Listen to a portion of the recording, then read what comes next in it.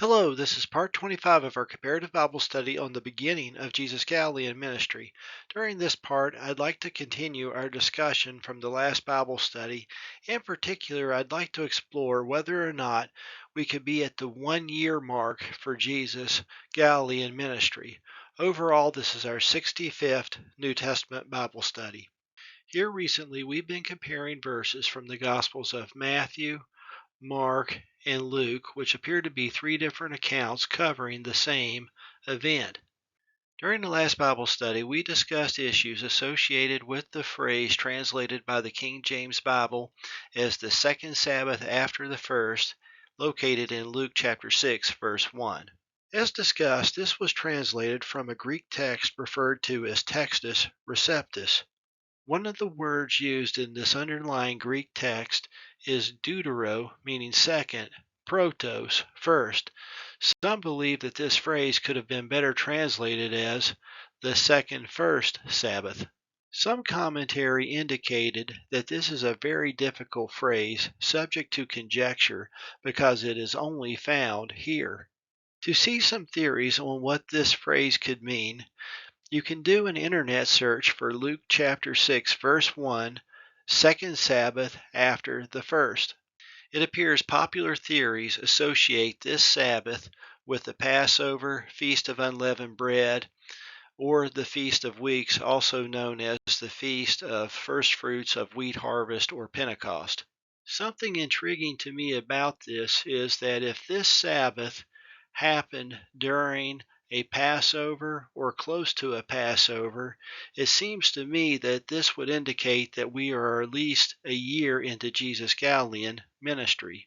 This is because back in John chapter 2, we know that Jesus attended the Passover before John the Baptist was put in prison. The Passover being once a year in Jerusalem. Then, after John the Baptist was placed in prison, Jesus returned to Galilee and kicked off the series of events that we've been discussing up until our current Bible study. I haven't come across commentary indicating that we are at the 1 year mark, but it seems like if Jesus had previously attended the Passover, and this phrase is indicating something to do with another Passover or a Sabbath near it, we would have to be at the 1 year mark. During this Bible study, I'd like to examine whether or not there's any other evidence that would indicate that we are at the 1 year mark from looking at the Bible.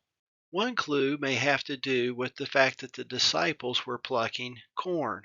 In all three Gospels, it is indicated that Jesus went through the corn and his disciples plucked the ears of corn. So the time of year had to have been the time of year when corn was in season. Many commentaries indicate that corn here is actually corn of barley or corn of wheat, although it's a different Greek word. In John chapter 12, it refers to a corn of wheat. Some modern translations translate corn in John chapter 12 as grain or kernel, and ears of corn in Mark chapter 2 as heads of grain. So it appears that when Jesus went through these fields, it was either the time of the barley harvest or the time of the wheat harvest. The references show that the barley harvest was first, followed by the wheat harvest.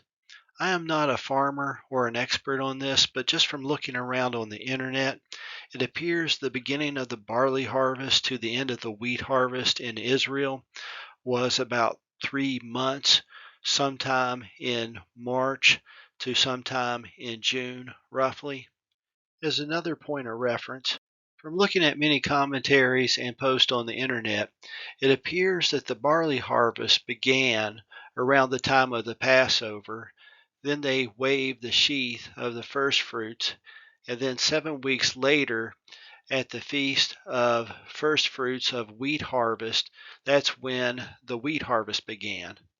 So say the wheat harvest was about 7 weeks also, that would mean that there were a total of 14 consecutive weeks where grain crops were available in the field to be harvested. So adding all this up, if I'm using these references correctly, it appears from about the time of the Passover for a period of 3 months or 14 weeks, that was the only time that there would have been grain out in the fields. So it appears the two most likely options for when this occurred is either within 3 months of Jesus attending the Passover before John was put in prison, or a year later, basically within a 3 month window following the next Passover. We don't really have a middle option here because, for example, if it were 8 or 9 months following a Passover, there wouldn't be any grain in the fields for Jesus' disciples to pluck. Let's look at the timeline a little bit more closely and see if maybe more than 3 months or 14 weeks have transpired. So sometime after Jesus was baptized, he went down to Capernaum. He didn't stay there very many days, then attended the Passover in Jerusalem. So after the Passover is prepared, the Feast of Unleavened Bread itself is 7 days. After this, we're told that Jesus tarried in the land of Judea in the southern region of Israel. As we've been saying, this was before John the Baptist was put in prison. Among other things, when Jesus knew that the Pharisees heard that he made more disciples than John, he left to go into Galilee. We don't know how long this took. Could it have been days or weeks? Not to mention traveling from the southern region of Judea through the region of Samaria into Galilee could take days, and he also stayed 2 extra days in Samaria. At some point in time, after John the Baptist was put in prison, he came back into Galilee. According to the Gospel of Luke, he went into Nazareth and he was there for at least one Sabbath day. Later in Luke chapter 4, we're told that he went down to Capernaum and taught them on the Sabbath days, plural. We don't know how many Sabbath days this was. Could it have been just a couple or many? So how many weeks of a 14-week grain harvest have already been spent? Not to mention in the middle of that 14 weeks, all the males were required to go back to Jerusalem for the Feast of Weeks or the Feast of the First Fruits of the wheat harvest. Not to mention when Jesus left Capernaum, he said he had to preach in other cities, and he preached in the synagogues of Galilee. How many of these synagogues did Jesus preach in? In Matthew chapter 4, before the Sermon on the Mount, it states, "And Jesus went about all Galilee, teaching in their synagogues." So how many synagogues were in Galilee? From the internet, it appears that there have been remains from as many as 50 synagogues identified in Galilee. It was also stated that there were synagogues in most towns in Galilee. So how many towns were there in Galilee? On the internet, I've seen estimates ranging from 20 cities to over 200 towns. When Israel originally conquered the land of Canaan, there were approximately 69 cities in Galilee. Of course, this could have changed over the years through wars and being conquered. I don't know the right answer, but say it could have been as low as 20.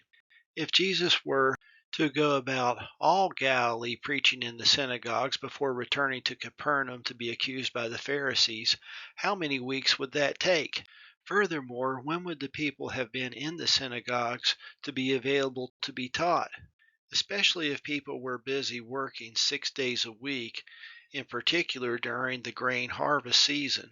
Some of the verses displayed here seem to show that the people especially went to the synagogue on the Sabbath day.